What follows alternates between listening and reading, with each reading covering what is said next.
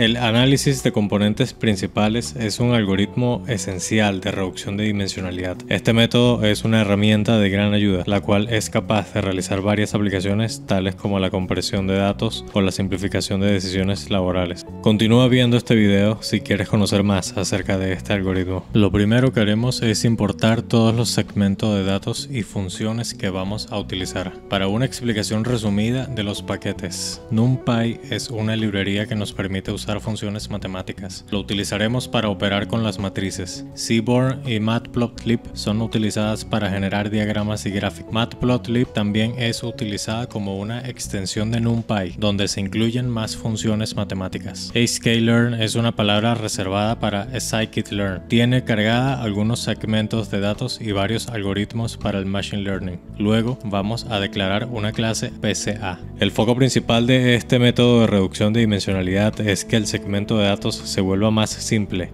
mientras retiene la información más importante. Esto hace que sea más fácil visualizar y manipular los datos, lo cual ayuda a un análisis más rápido. ¿Cómo es posible el análisis de componentes principales? Hay múltiples maneras de realizar un análisis de componentes principales. Vamos a explicar la forma más utilizada, la descomposición propia de la matriz de covarianza. Una descomposición propia en álgebra lineal es la factorización de una matriz. Podemos usar una expresión matemática para representar esto a través de los valores y vectores propios.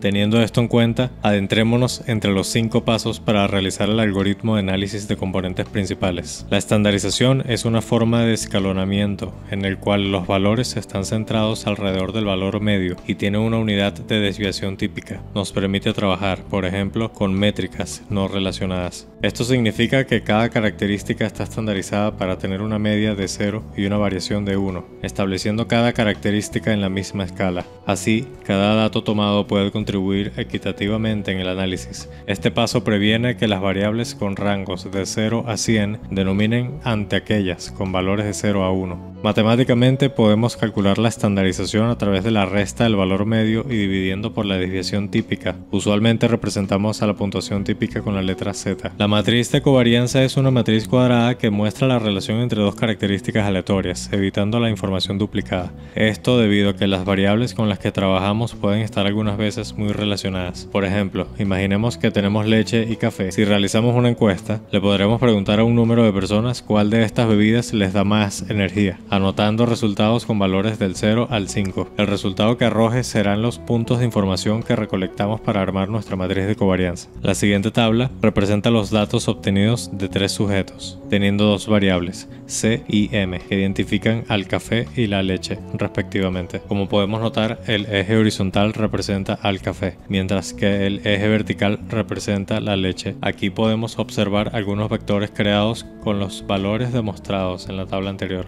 y cada vector está etiquetado de acuerdo a las respuestas de cada sujeto. Esta gráfica puede ser representada a su vez por una matriz de covarianza, la cual comparará los valores de cada característica y procederá a realizar los cálculos necesarios. Esta matriz de covarianza se calcula a través de la multiplicación entre la matriz original A y la misma matriz transpuesta. Luego es dividida por el número de muestras. Tenemos 2 instancias de matrices de covarianza. Una es una matriz 2×2, mientras que la otra es una matriz 3×3, cada una con un número de variables correspondiente a sus dimensiones. Cabe destacar que estas matrices son simétricas con respecto a la diagonal principal. ¿Por qué? Comencemos destacando el hecho de que la covarianza de una variable consigo misma representa la diagonal principal de cada matriz y a su vez se puede definir como la varianza de la variable. Además, tomemos en cuenta que la covarianza cumple la prioridad conmutativa. Entonces, de esta forma, vemos que tanto las partes triangulares superior e inferior son iguales, haciendo la matriz de covarianza simétrica con respecto a la diagonal principal. En este punto, necesitamos tener en cuenta el signo de la covarianza. Si es positivo, significa que ambas variables son correlacionadas. Si es negativo, son inversamente correlacionadas. En esta fase, procederemos a calcular los valores y vectores propios de la matriz de covarianza del paso anterior. De esta forma, obtendremos el componente principal.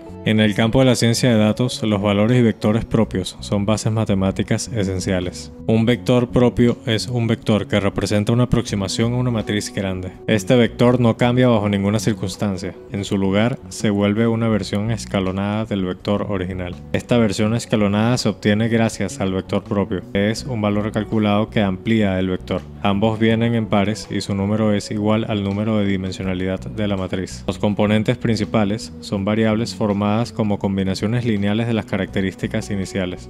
Su objetivo principal es guardar la mayor cantidad de datos no correlacionados en el primer componente y dejar el resto al siguiente, el cual tendrá la información restante, así consecutivamente hasta que todos los datos estén guardados. Este procedimiento ayudará a la reducción de dimensionalidad mientras se retiene la mayor cantidad de información posible y descarta los componentes con menor información. Ya que tenemos estos conceptos claros, la verdadera pregunta es ¿cómo este algoritmo es capaz de construir el componente principal? Toda la magia de estos cálculos se debe gracias a los vectores y valores propios. Los vectores propios representan las direcciones de los ejes, donde la máxima información está guardada. Estos vectores son conocidos como componentes principales. Los valores propios, como ya sabemos, son valores unidos a los vectores propios.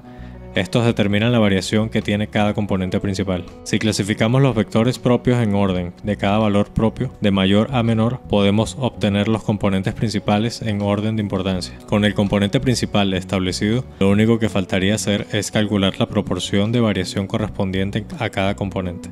Esto se puede calcular dividiendo los valores propios de cada componente con la suma de los valores propios. Un vector de características es un vector que contiene muchas variables. En este caso, está formado con el componente principal más importante, es decir, el componente principal que tiene los vectores correspondientes a los valores principales más grandes. El número de componentes principales que queremos añadir a nuestro vector de características depende de nosotros y del problema que se va a resolver. Siguiendo el ejemplo del paso anterior, sabiendo entonces que 1 es mayor a 2, nuestro vector de característica puede ser establecido de la siguiente manera. Además, sabemos que nuestro segundo vector contiene información menos relevante, por lo cual podemos obviar y solo formar nuestro vector de característica con el primer componente principal. Tenemos que considerar que reducir nuestra dimensionalidad causará pérdida de información, afectando la salida del problema. Podemos descartar componentes principales siempre y cuando lo veamos conveniente. Por ejemplo, cuando la información en el resto de componentes principales sea menos significativa. Ya que los datos de entrada aún se encuentran en términos de las variables iniciales, debemos utilizar el vector de características para reorientar los ejes a aquellos representados por los componentes principales de nuestra matriz.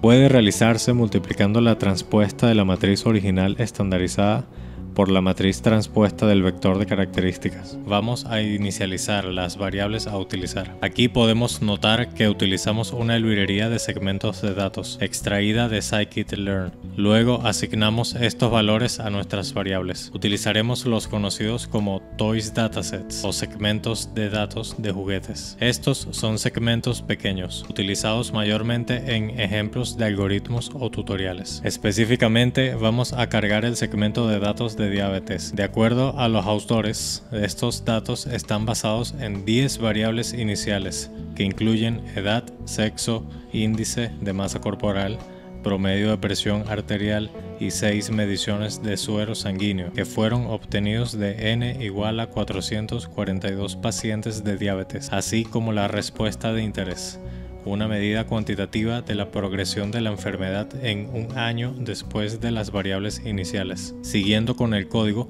ahora vamos a inicializar la clase y comenzar a llamar a las funciones de la misma. Cuando corremos el código, podemos tener la siguiente salida. Para ver las diferencias entre el segmento de datos principales, podemos llamar solo las dos primeras funciones de la clase, arrojando la siguiente gráfica. Si hacemos el proceso completo, podemos visualizar los datos de esta manera. Ahora que finalmente tenemos el segmento de datos finales, hemos completado el algoritmo de análisis de componente de datos. Cuando tenemos datos simples, como el ejemplo anterior, es bastante sencillo hacer este procedimiento manualmente. Sin embargo, si trabajamos con una cantidad de datos masiva, los científicos buscarán maneras de utilizar este algoritmo a través de la programación. Es por esto que estamos mostrando un ejemplo en Python.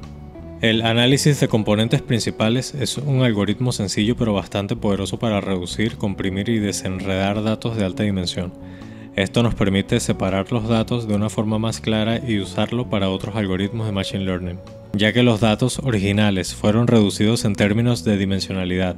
Mientras se retienen tendencias y patrones, podemos notar que la salida final de este algoritmo es mucho más fácil de manipular, haciendo el análisis mucho más sencillo y rápido para el método de Machine Learning a usar. Esto nos da la opción de olvidar variables innecesarias y algunos problemas como la maldición de la dimensión. Lo siguiente es usar tus variables transformadas en un nuevo algoritmo de Machine Learning y así finalizar tu investigación. Si quieres una guía general de los diferentes tipos de algoritmos que existen y cuándo puedes emplearlos, puedes revisar nuestras publicaciones. Suscríbete al canal para obtener más tutoriales de inteligencia artificial y ciencia de datos por venir. Asegúrate de apoyar el contenido de Anthony Barrios, miembro activo de la comunidad LXAI. Hasta la próxima.